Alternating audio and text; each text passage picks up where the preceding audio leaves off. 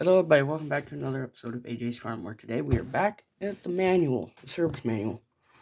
Now we are going to be talking about, let me move these darn papers I put back in here,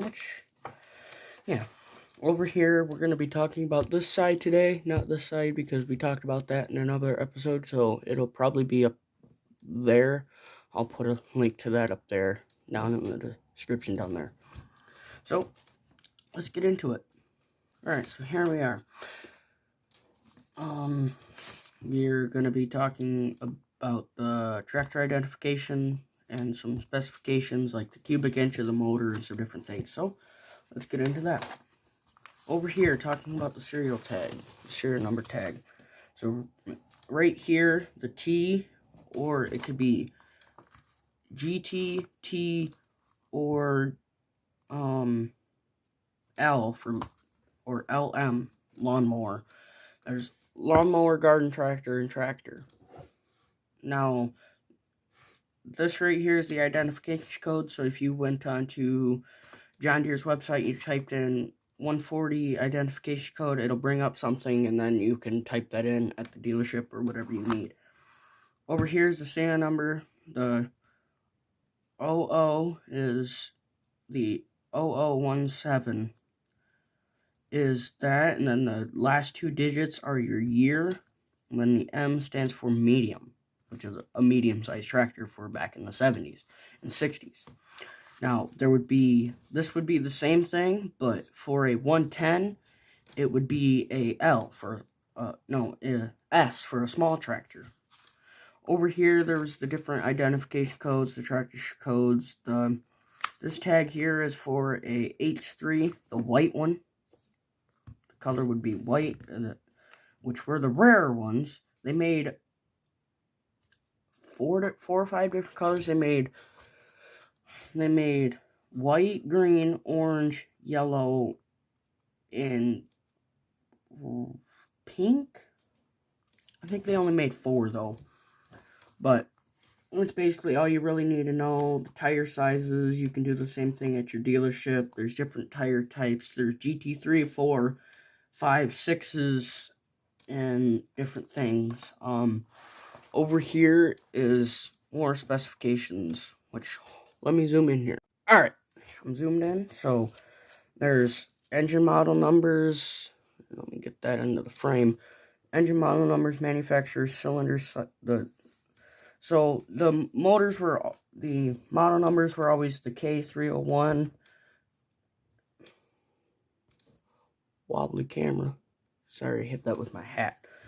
And there's a K321AS. They're both ASs. They're both Kohlers, which the very early ones had the 301s, the K301ASs, which were very rare. They barely had those in the 10,000s, and from 10,001 up to 30,000 would be the K321AS. They all had Kohlers, 1-cylinder, 4-stroke. The bore and stroke. The bore is a 3 and a third, or 3.38, and then the stroke is the length of the stroke is 3 3.25 inch. And then for the later models, it was 3.5 diameter, and it was a 3.25 bore stroke up and down. They both had high revving, fast idle, no load is 3,800 RPM and 1,200 RPM for idle. They both did the same compression, and then everything for the cold air in the cold intake and the exhaust cold is the same thing. The fuel tank, they held 1 to 3 gallons, sometimes even 4 if you count some different things in all the lines.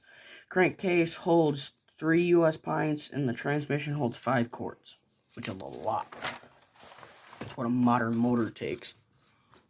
Okay, so let me zoom you guys out here. Okay, now these are basically tractor tire specifications and different weights. The curb weight is 730 pounds for all of them, with the tires and everything. The GT3 for and 5. They all weighed the same, but different ones had different compounds and different sizes. So the GT3 and GT4s were the wider tires, and the GT5s were the smaller tires at 32.5 inch wide. But these ones were a lot shorter. They were only 29 inches. They went from 29 to 35 inches wide, and they were, in the fronts were that. So you could choose different ways of how wide they were. And this just tells you all the different plies and the PSI that they hold and different things, which I don't feel like getting into. This is your bolt torque chart, which just tells you all the different bolt torquing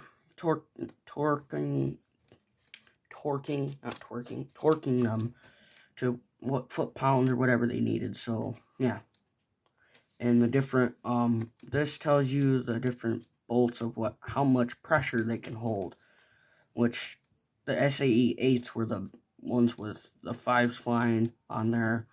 The SAE 5s were the ones with the 3, and the 2s have 0, which don't hold them.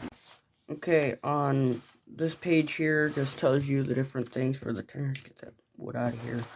And over here just tells you the tune-up and adjustments in group 15. That was group 10, this is group 15 now.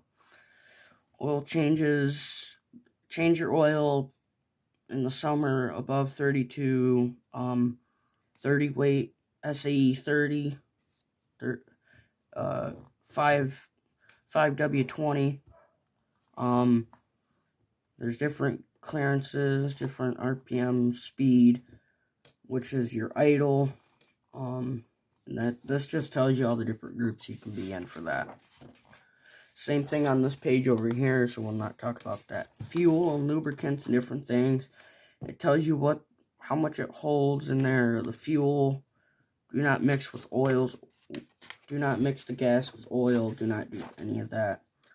Over here, this is for the later models, which had the dipstick on the top.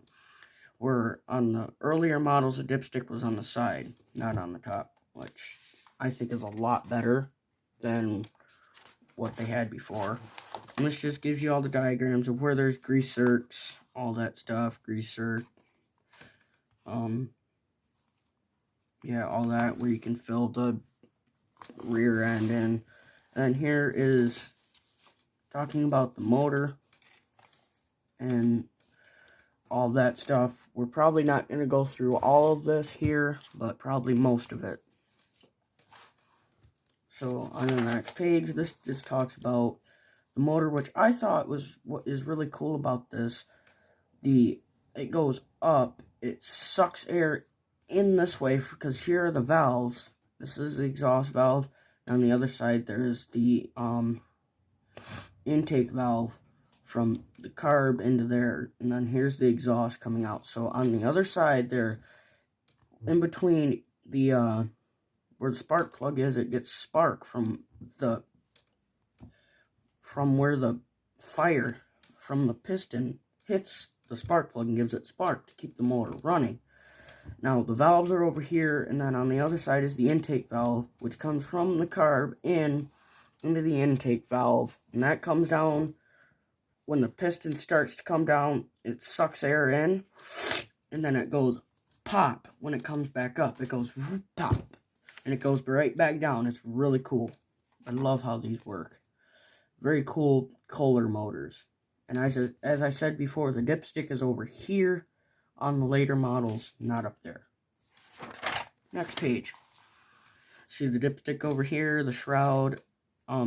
Back here is where the points are. Right here, under here is where the magneto is, so it feeds through here behind the flywheel into this. And then there's the condenser. Over here is where the points are. We're not going to talk about this because this is just telling you how to repair it. We're not going to talk about that crap in there. None of this, none of this, none of this. Okay, here we go. General information. Intake, exhaust on the other side. This is the intake. When the piston comes down, The intake opens when the piston is going down, that 3 1/4 inch, I think it is. So when that's coming down, the intake is open, and when it pushes air back up, it pulls down the exhaust valve, and it pushes the exhaust out, and then when it fires, it lets it through and out to the outside. And that is just going fast. I mean, why these never run at very low is because they weren't meant to run low. They were meant to mow your yard and maintain your garden and different things. That's why they're called garden tractors. If you call this a lawnmower, I'm gonna slap you. This tells you different things of what not to have. You don't want this, which is your leaky intake. This has corrosion, just valve stem. I don't know why it says stem, but that's just it being running fine. This is where it's not, you're not supposed to have any of this. Where this is worn down from exhaust valve running too hot, where this is just running too hot. And this is from that causes a sticky valve. We don't need to get any of this. This is just how to take it apart. Different things, machining, how to do different things, how to take the valves out. You're supposed to spin the valve for some reason and take them out. I don't know why. Different things, how to take everything apart, blah, blah, blah, blah. We don't care about this. Wire group 15, section 20. I'm just speaking to myself, but yes, this is basically how this works. Right there. Moving on. How to take these out, you wouldn't, usually some people unhook the drive shaft, but some people don't. I don't get why they don't do that, but they do, and they just pull it right out. It's not that hard to take these motors out. What you don't want your piston to look like. Don't ever have that. Hate it. Many other things, more about the piston. We don't care. I don't care. I don't feel like taking a 20-minute video because I couldn't download to my phone last time when I did this. So, I already talked about this. It's just 4 bolts that you can take the motor out, and you just pull the pin from, there's a key, I can't think of the name of it, what's it called, in the rear to take the whole shaft out with it, there's a wedge key, there we go, wedge. There's a wedge key that is in there, you just pull that out, and that comes right out. That's how easy it is. All different bore, connecting rod, different things. Here is the camshaft. Right there. And that's how it runs, right there. Governor arm. Different things. The spring. Adjustment screw for the governor spring. All kinds of stuff. More about how to tear down the motor. More things. And I think that's really it, because in here to do different things and what I can cover right now. So, thanks for joining me in this short 10-minute video. It was just to cover the basic stuff, to finish out the 2-part series of the service manual. This, if you want to, you can look at my first video. I talked all about the cover of this and what book. You can get these off of Steiner. You can get them off of Garden Tractor, John Deere GardenTractor.com. You can get them off of there. You can get them off of eBay. I mean, Amazon. They all have these same manuals, but this came originally with my second H3 that I have, that I showed on my farm tour. So this came with that. So yeah. Well, I hope you guys enjoyed this video. If you did, please consider subscribing and liking. That'd be greatly appreciated. So, thanks, and God bless, and happy tractoring.